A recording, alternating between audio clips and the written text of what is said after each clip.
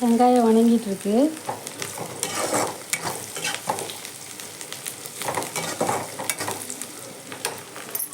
இப்போ நம்ம இஞ்சி பூண்டு பேஸ்ட்டு சேர்த்துக்கலாம்.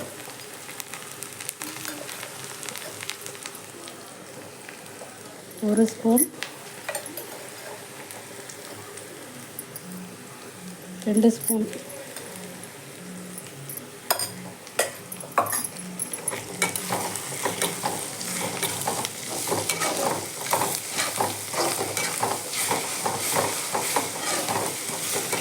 எண்ணெயிலே வணக்கலாம்.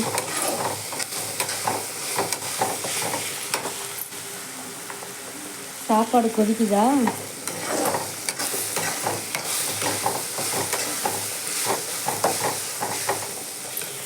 வணங்கிருச்சு. தக்காளி சேர்த்துக்கலாம்.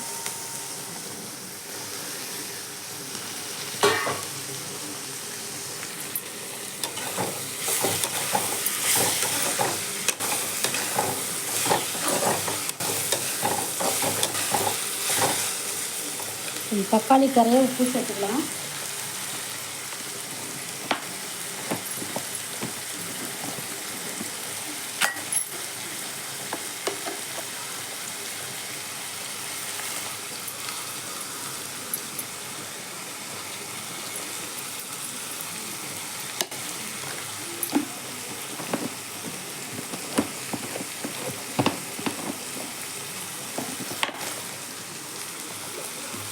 இப்போ அது கூடவே கொஞ்சம் வரமிளகாத்தூள் சேர்த்துக்கிறேன் நான்.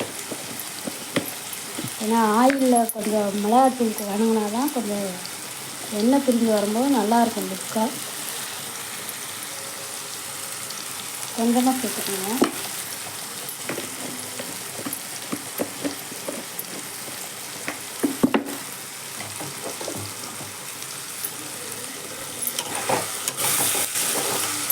இஞ்சி பூண்டு சேர்த்ததுனால அடி பிடிக்கும். நம்ம கிளறி எடுத்துக்கலாம். தக்காளி நல்லா வணங்கிடுச்சு.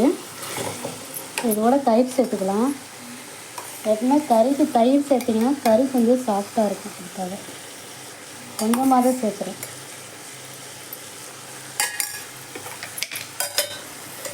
இது கூடவே சிக்கன் கறி மசாலா தூள் 1, 2 ஸ்பூன்.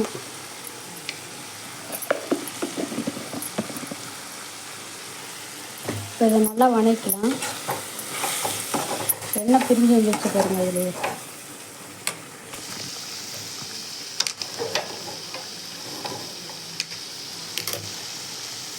தெரியுதுங்களா?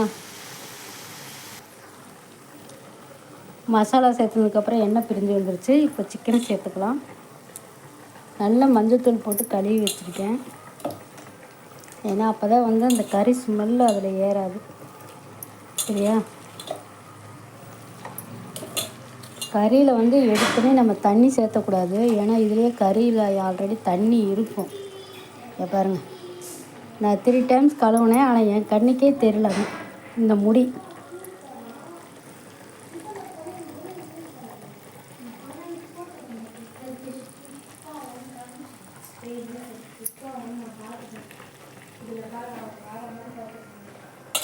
நான் எடுத்துட்டேன் அதை.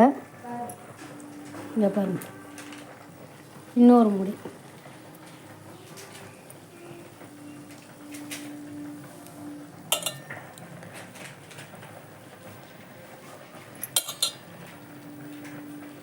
இந்த தோலோடு சிக்கன் வாங்கும்போது பார்த்து க்ளீன் பண்ணும்போது கொஞ்சம் பார்த்து நல்லா செக் பண்ணுங்கள்.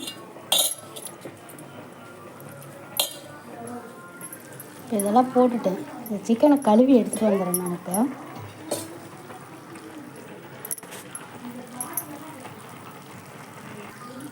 நான் கழுவி அதை சிக்கனையும் சேர்த்துட்டேன்.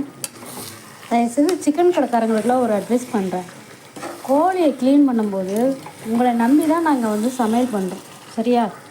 அதை நல்லா முடியெல்லாம் வந்து கொஞ்சம் ரிமூவ் பண்ணிவிட்டு நீங்கள் வெட்டி கொடுங்க. நான் 3 டைம்ஸ் கழுவுனேன். ஆனால் என் கண்ணில் வந்து அது அகப்படவே இல்லை முடி. ஆனால் இப்போ எடுத்து இது போடும்போது பார்த்தா முடி இருக்குது. அருவருப்பான ஒரு விஷயம். ஏன்னா சாப்பாட்டு விஷயத்தில் வந்து இந்த மாதிரிலாம் இருக்கக்கூடாது இல்லையா? நம்மளை நம்பி தான் நம்ம வீட்டாலேயே சாப்பிட்றாங்க. கொஞ்சம் பார்த்து இது பண்ணுங்கள். சரிங்களா? இப்போ இதை வந்து நம்ம வந்து தண்ணி சேர்க்கக்கூடாது. தண்ணி சேர்க்காம இதை இப்போ வேக வைக்கணும். சரிங்களா? ஏன்னா இதில் தண்ணி வரும். தண்ணி சேர்க்காம கொஞ்சம் வேக வச்சு அதுக்கப்புறம் தண்ணி சேர்த்து வேக வச்சுக்கலாம். இது வேகட்டும். இங்கே பாருங்கள் தண்ணி எவ்வளோ வந்திருக்குன்னு. இதுக்கு தான் சொன்னேன் தண்ணி சேர்த்த வேணான்னு. இப்போ நமக்கு எவ்வளோ தண்ணி தேவையோ அந்த தண்ணி சேர்த்துக்கலாம். சிக்கன் வேகணும் இல்லையா? நல்லா வேக வச்சு பாயில் பண்ணி தான் சாப்பிட்ணும் எந்த பொருளாக இருந்தாலும், முக்கியமாக நான்வெஜ்.